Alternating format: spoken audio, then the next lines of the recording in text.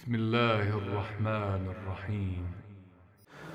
اعوذ باللہ من الشیطان الرجیم بسم اللہ الرحمن الرحیم الحمد للہ رب العالمین وبہ نستعین وهو ناصر ومعین اما بعد فقد قال مولانا امیر المؤمنین علی بن ابی طالب علیہ الصلاۃ والسلام اذا رأیت ربک سبحانہ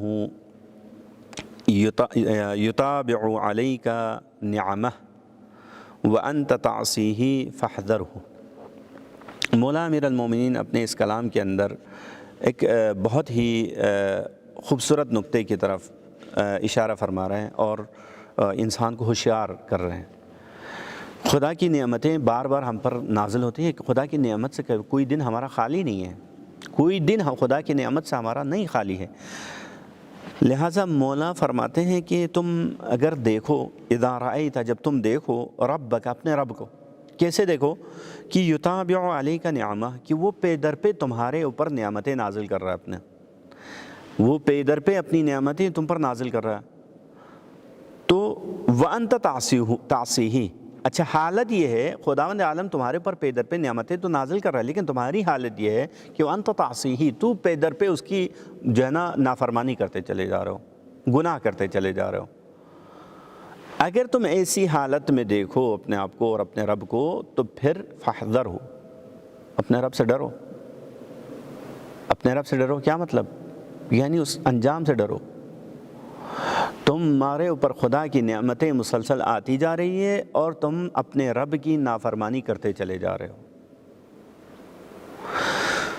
لہٰذا بہت ہی ہوشیار کرنے والا جملہ ہے مولا کا، ڈرانے والا جملہ ہے، انسانوں کو ڈرا رہا ہے۔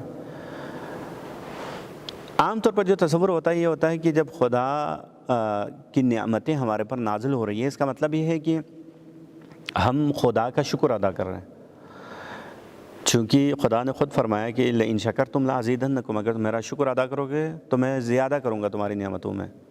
اگر نعمتیں زیادہ آ رہی ہیں ہمارے پاس، پے در پہ نعمتیں آ رہی ہیں، اس کا مطلب ہم یہ لیتے ہیں کہ ہم واقعاً خدا کا شکر ادا کر رہے ہیں، نہیں ہو رہا ہوتا۔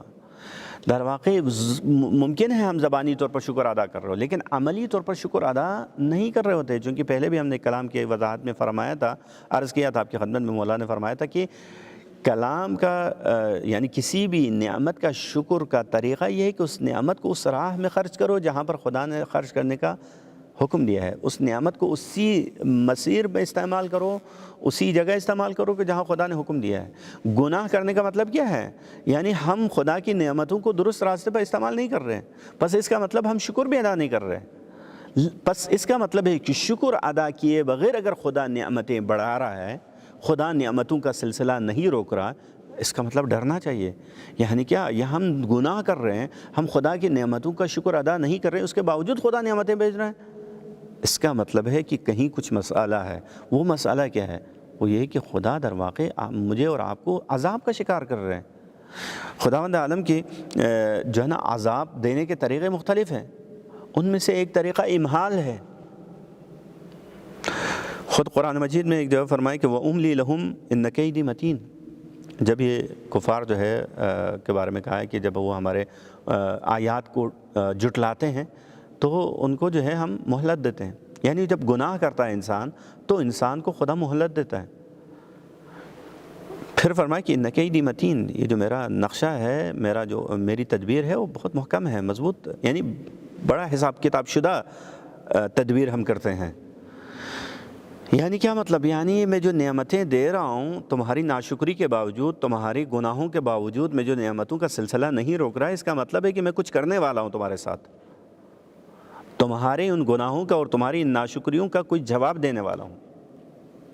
گھبرانا چاہیے انسان کو، میں اتنی نعمتوں میں غرق ہوں پھر بھی میں گناہ کرتا چلا جا رہا ہوں، تو اس کا مطلب کیا ہے؟ یعنی خدا نے، کیونکہ خدا جس بندے کو چاہتا ہے نا، جو خدا کا محبوب ہوتا ہے، اگر اس سے لغزش ہوتی ہے نا تو خدا فوراً سے اس کو پکڑ لیتا ہے، جیسے کہ اس سے پہلے بھی ایک کلام کے اندر مولا نے فرمایا تھا کہ اہل مروت جو ہے، صاحب مروت انسان جب لغزش کھاتا ہے تو خداوند فوراً اس کے ہاتھ کو پکڑ لیتا ہے اور اس سے وہاں سے نجات دلاتا ہے۔ نجات کیسے دلاتا؟ خدا اس کو ٹھوکر دیتا ہے۔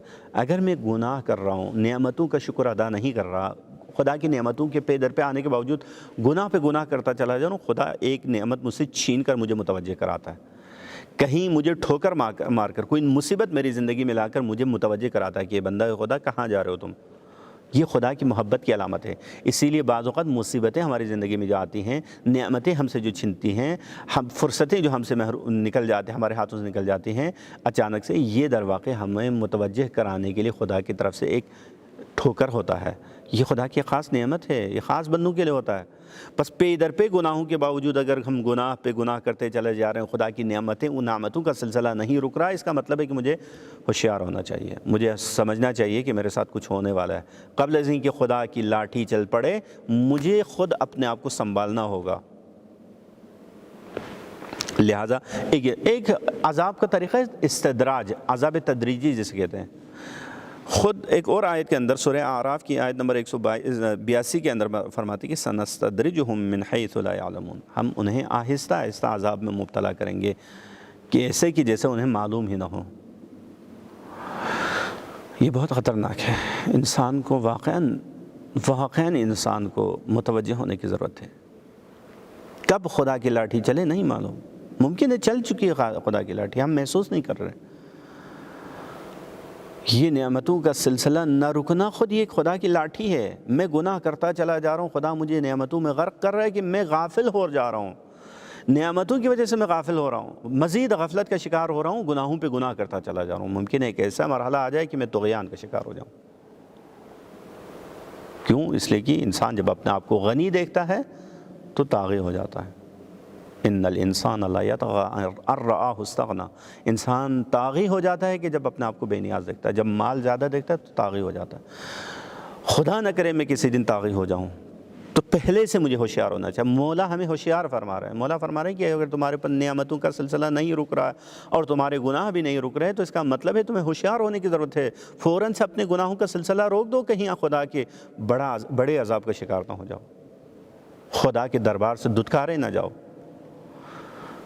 لہٰذا متوجہ ہونے کی ضرورت ہے، ہمیں اپنے گریبان جان کر دیکھنے کی ضرورت ہے کہ کہیں ایسا نہ ہو کہ ہم بھی خدا کی نعمتوں کی وجہ سے غافل ہو رہے ہیں۔